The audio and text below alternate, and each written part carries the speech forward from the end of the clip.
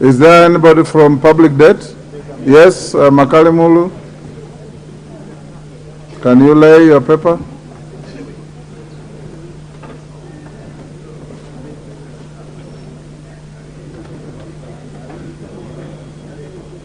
As Makalimulu organizes himself, Chairperson, Departmental Committee on Environment, Forestry and Mining. Chairman. Honourable Speaker, thank you. Honourable Speaker, I beg to lay the following paper on the table of the House today, Wednesday, 21st June 2023. Report of the Departmental Committee on Environment, Forestry and Mining on its consideration of the ratification of the Minamata Convention on Mercury. Thank you, Honourable Chair. Speaker, sorry. Chairperson, Committee on Delegated Legislation. Thank you very much, Honourable Speaker. I beg to lay the following paper on the table of the House today, Wednesday, 21st June 2023. Report of the Committee on Delegated Legislation on its consideration of the Public Finance Management National Peace Support Operations Fund Regulations 2023, legal notice number 58 of 2023. I thank you, Mr. Speaker. Thank you. Chairperson, Departmental Committee on Justice and Legal Affairs.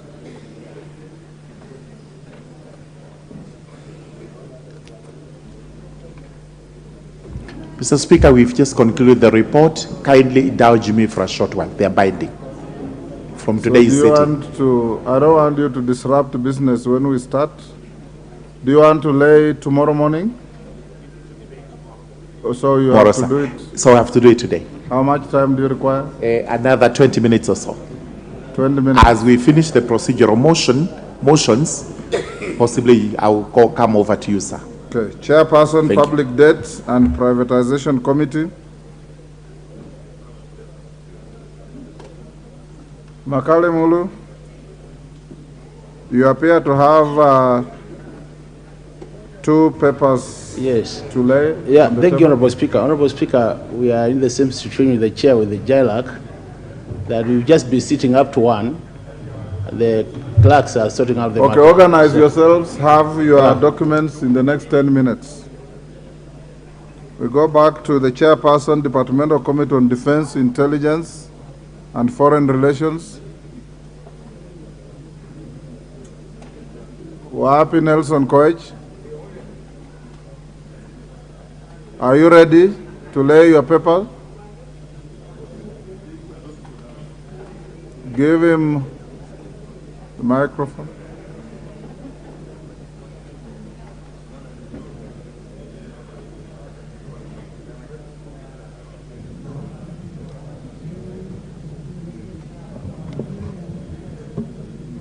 Give him the mic. Apologies, Honourable Speaker. Honourable Speaker, I beg to lay the following paper on the table of the House today, Wednesday, 21st June 2023. Report of the Departmental Committee on Defense, Intelligence and Foreign Relations on its participation at the 36th Ordinary Session of the African Union held in Addis Ababa, Ethiopia from 14th to 20th of February 2023. Thank you. Next order. Order number 6, notices of motion. John Kiarie. Honorable John Kiarie, member for Dagoretti South. The Honorable Abdul Haro, Mandera South.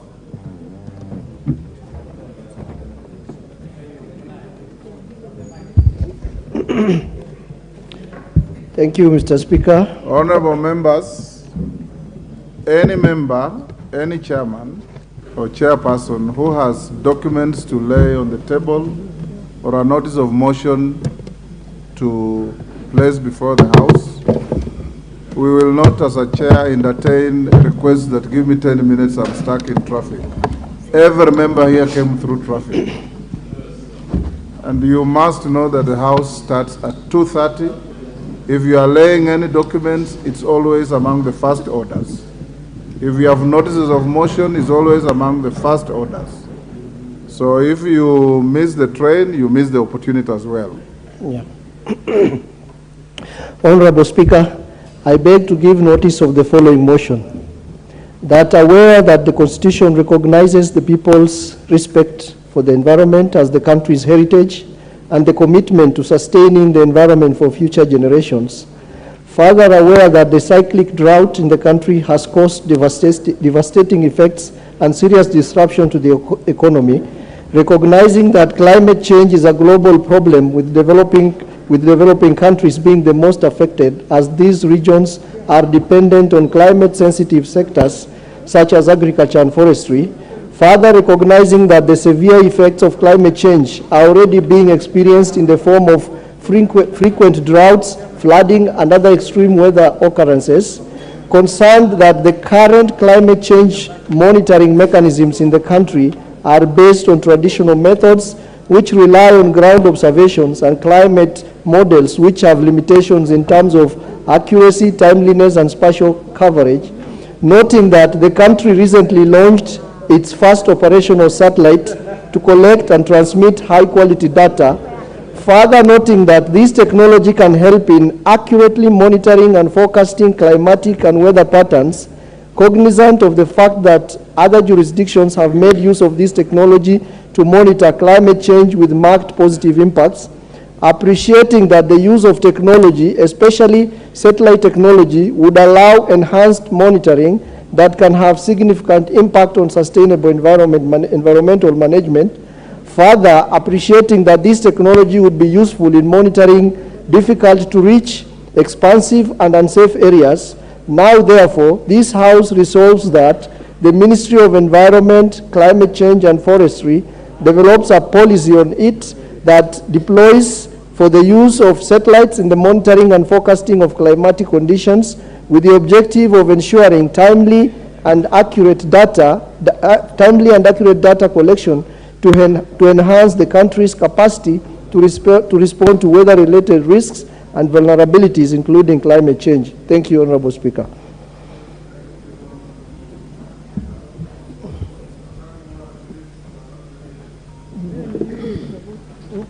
Not yet.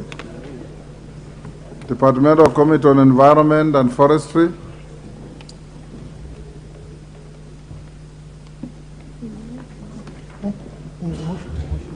Thank you, Honorable Speaker.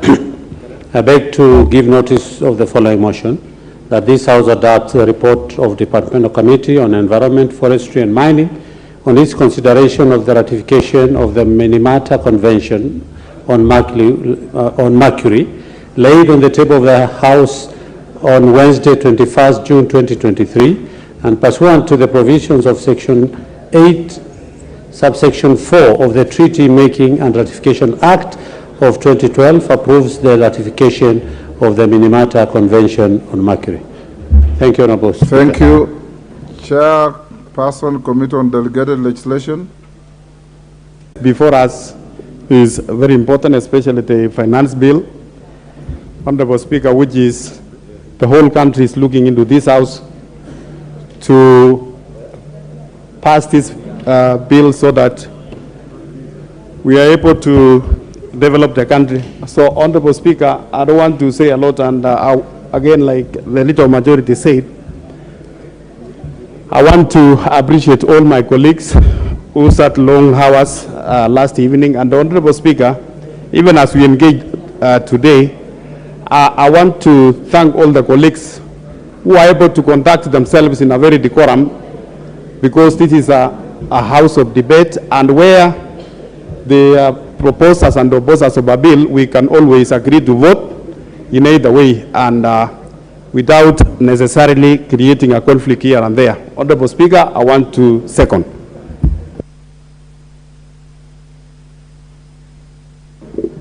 Order, honorable members. Shakil, take the nearest seat.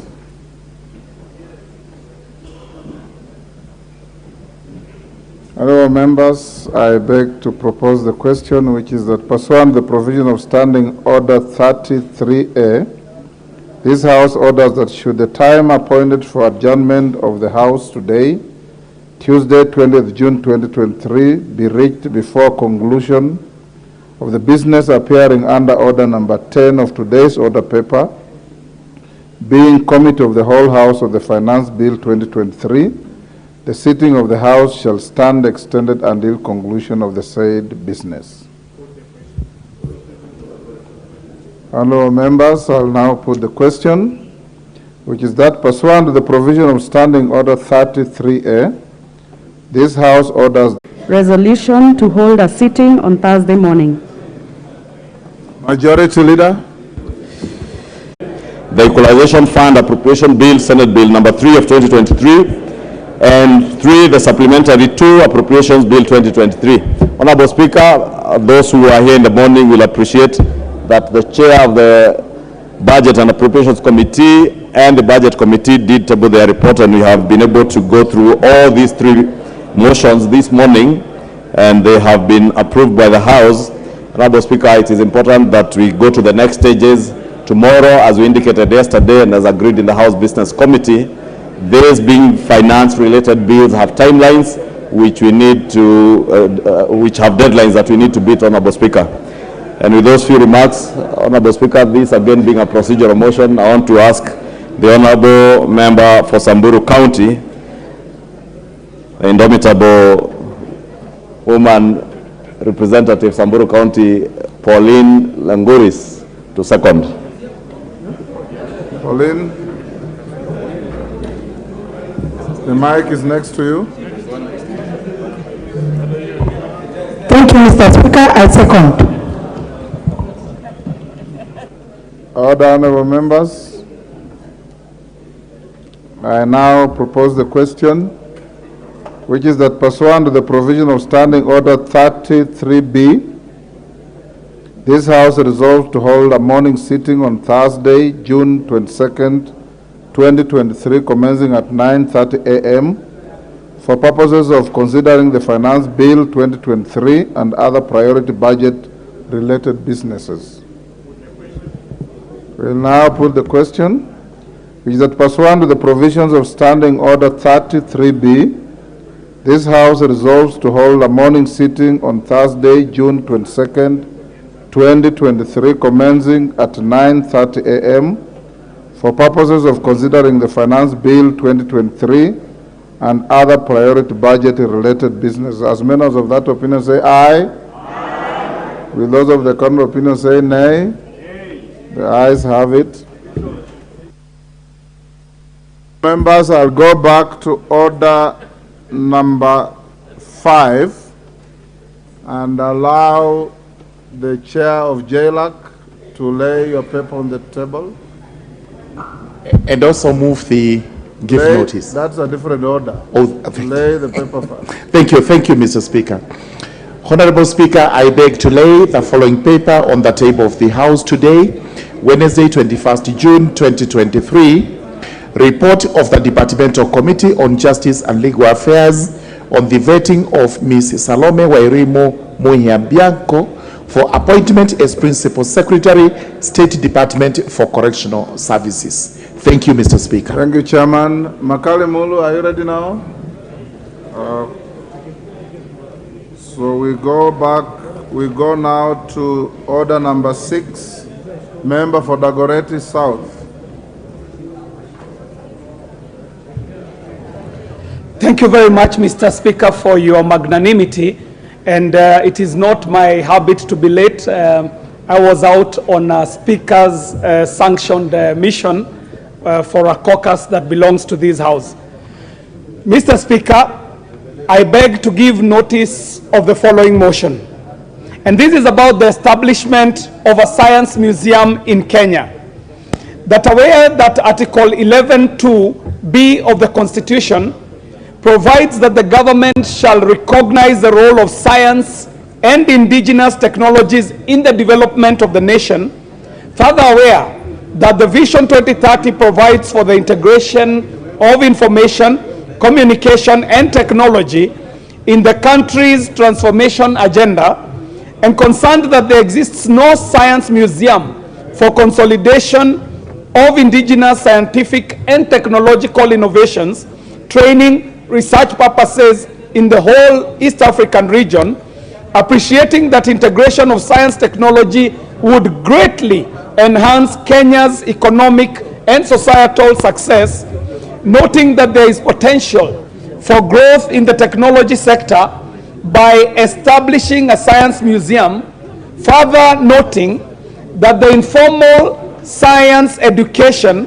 plays a key role in the progression of science, technology, engineering, and mathematics, commonly known as STEM, acknowledging that science museums operate as the nexus between science practitioners, policymakers, and the public, cognizant of the fact that a science museum in the country would greatly impact on the economy of the country in the quest to become an industrialized nation. Now, therefore, this House resolves that the national government, through the relevant ministry, establishes and operationalizes a science museum in this country. Mr. Speaker, I signed this on the 8th of June 2023, and I'd also like to note that there is a delegation from Dagoretti South constituency. Ndurarwa Secondary School is in the house, a school that was built out of the CDF, the NGCDF of Dagoretti South constituency. I appreciate, Mr. Speaker. Thank you very much. Thank you, Honorable Kiarie. Honorable Makali Mulu, your matter will be stayed to tomorrow. Honorable members, allow me to acknowledge the following schools: Moi Amalo High School, Kuresoi South, Nakuru; GSU Primary School, Juja, Kiambu; Malewa High School, Kipipiri, Nyandarua; Ndiuni Primary School, Taraka, Taraka Nithi; Public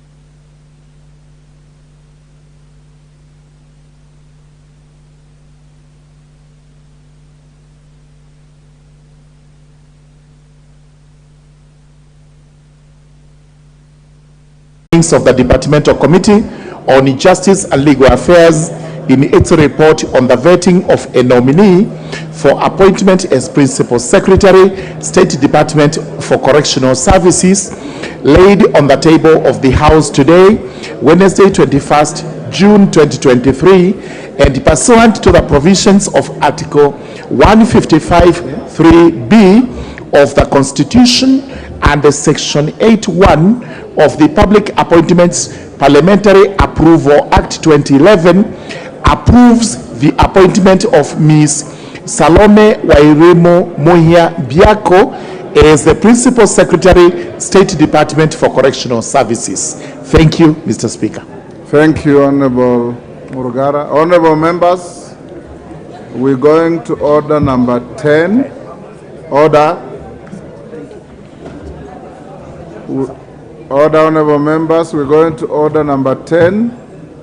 Allow me to salute the House for your tremendous industry and great conduct yesterday, where you went through many clauses of the finance bill.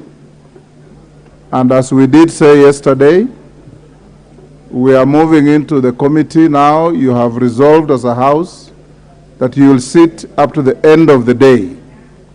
The end of the day means midnight. And if close to midnight you call for a division, you will sit as long as the division subsists and finish only when you finish with it. So we'll, yes, Ndombi?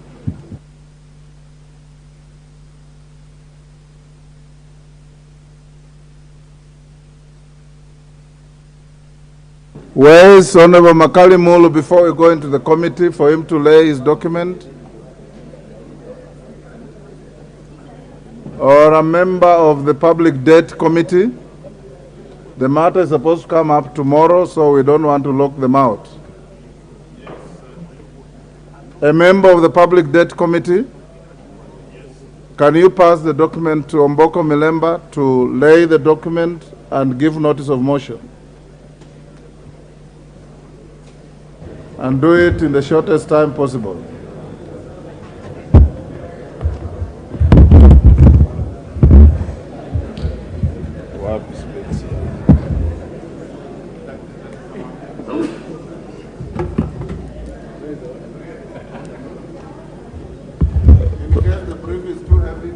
Has come. Okay. Yes. You can pass on to him if you wish.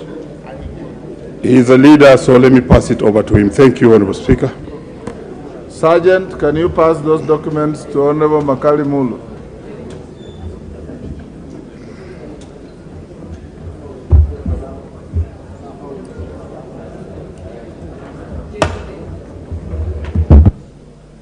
Makali Mulu, you are always known to be more organized than you are displaying today.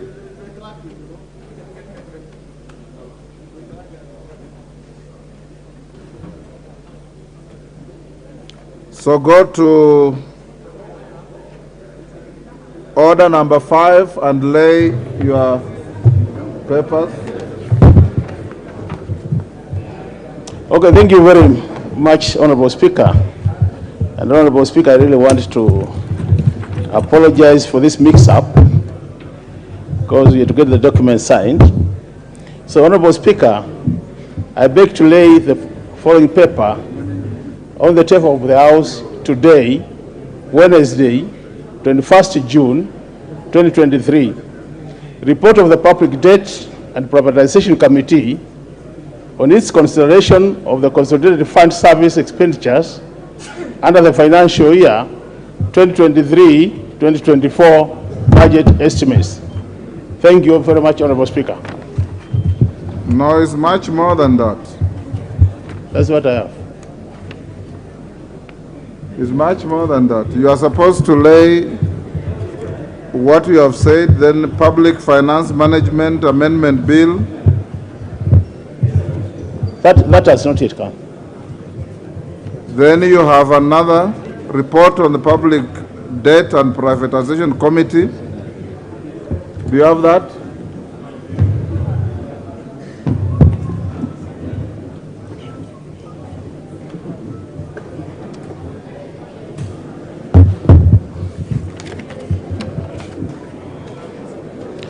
Okay, Honorable Speaker, number 2, I beg to lay the following paper on the table of the House today, Wednesday, 21st June, 2023. Report of the Public Debt and Privatization Committee on its consideration of the Public Finance Management Amendment Bill, National Assembly Bill number 16 of 2023. Thank you, Honorable Speaker. Thank you, Makalimul. Now go to order number 6 and give your notices of motion.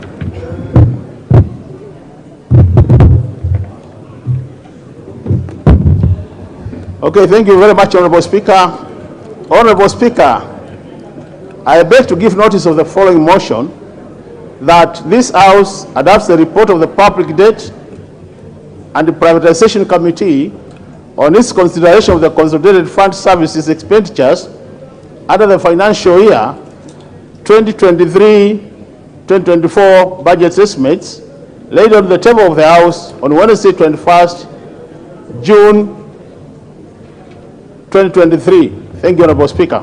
Number 2, Honorable Speaker, I beg to give notice of the following motion that this House adopts the report of the Public Debt and Privatization Committee on its consideration of the report of the Public Debt and Privatization Committee on its consideration of the Public Finance Management in brackets Amendment Bill, National Assembly Bill number 16 of 2023. Thank you, Honorable Speaker. Thank you, Honorable Makalimulu. Next order. Order number 10, Committee of the Whole House. Honorable members, will you be upstanding?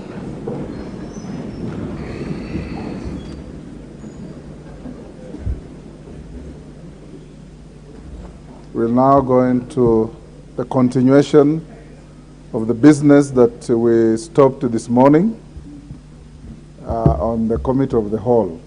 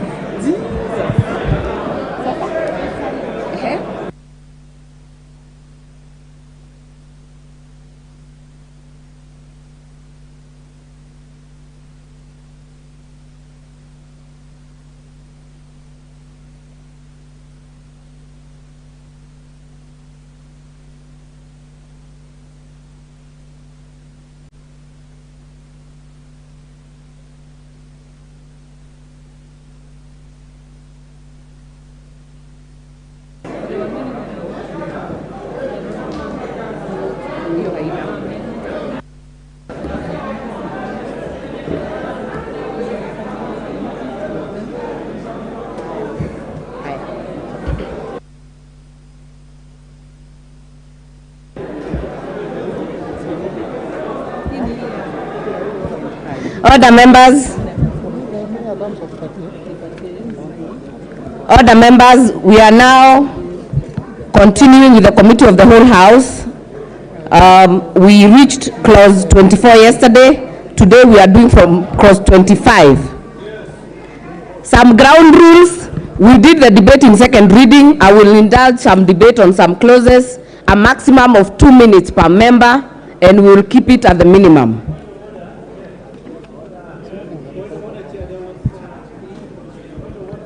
Order, members. We are starting with clause 25.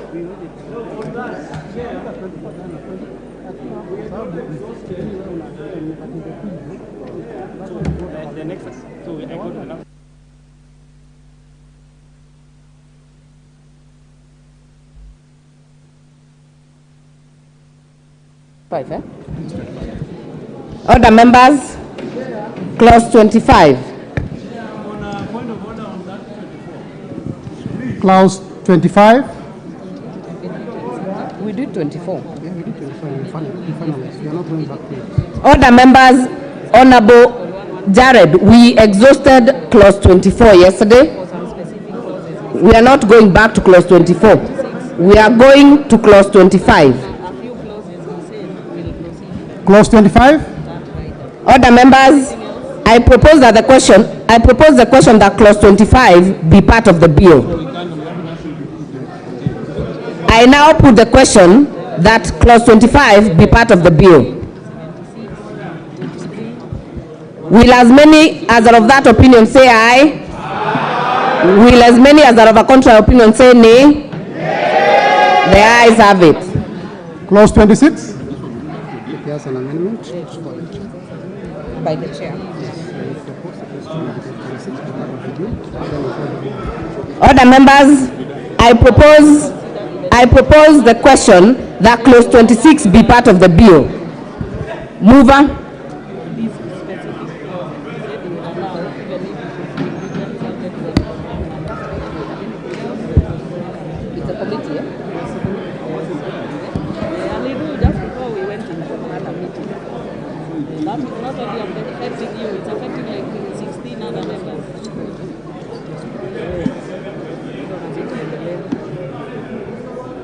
Okay, I'm informed clause 26 has no amendments.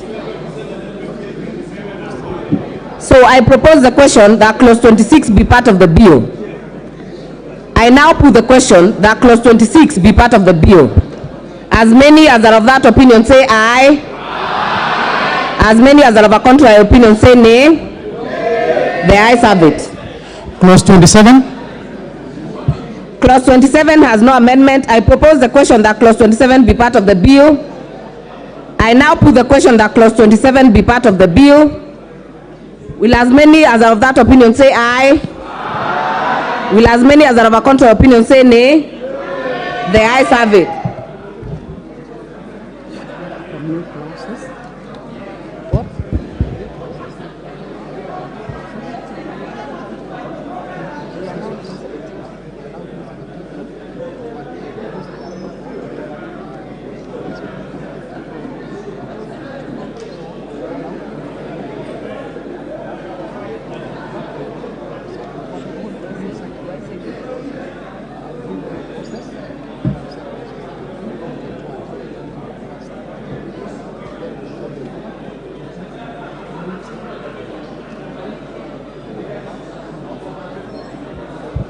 We'll now move to new clauses, clerk.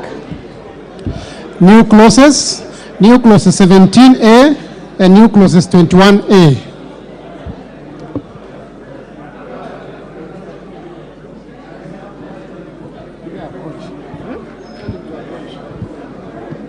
Chair Finance, approach the chair.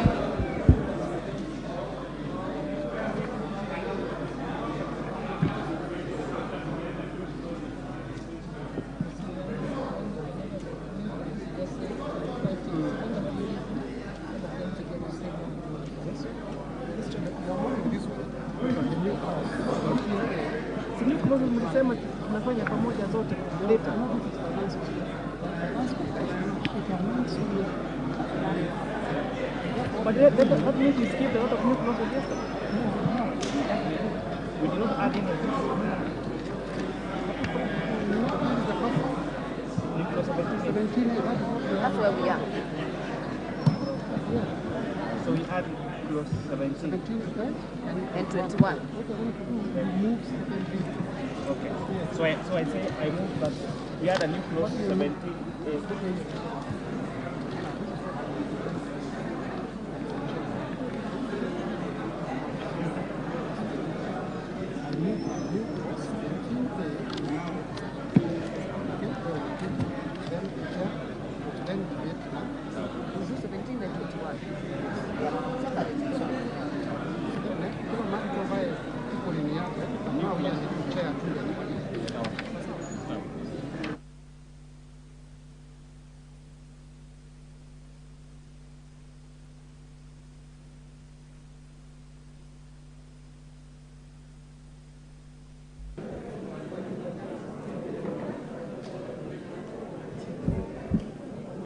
Mover.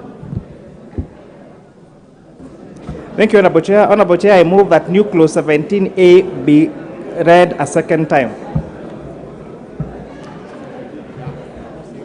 I propose the question that the new clause 17A be now read a second time.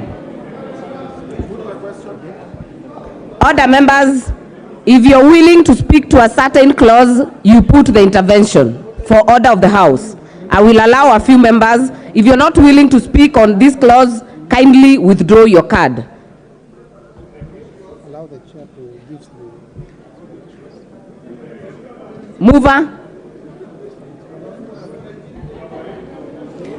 Thank you, Chair. This new clause 17A is just adding a new word before manufacturing, refining, so that we incentivize not just manufacturers, but specifically manufacturers that are involved in those activities that include refining.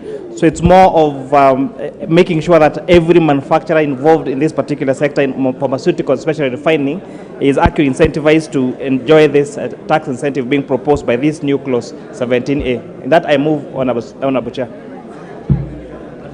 Thank you, Chair. Minority Leader, do you intend to speak on this one? If not, Honorable Beatrice Elachi, do you intend to speak on this one? All right. I now put the question that the new clause 17A be now read a second time. Will as many as are of that opinion say aye? Aye. Will as many as are of a contrary opinion say nay? The ayes have it.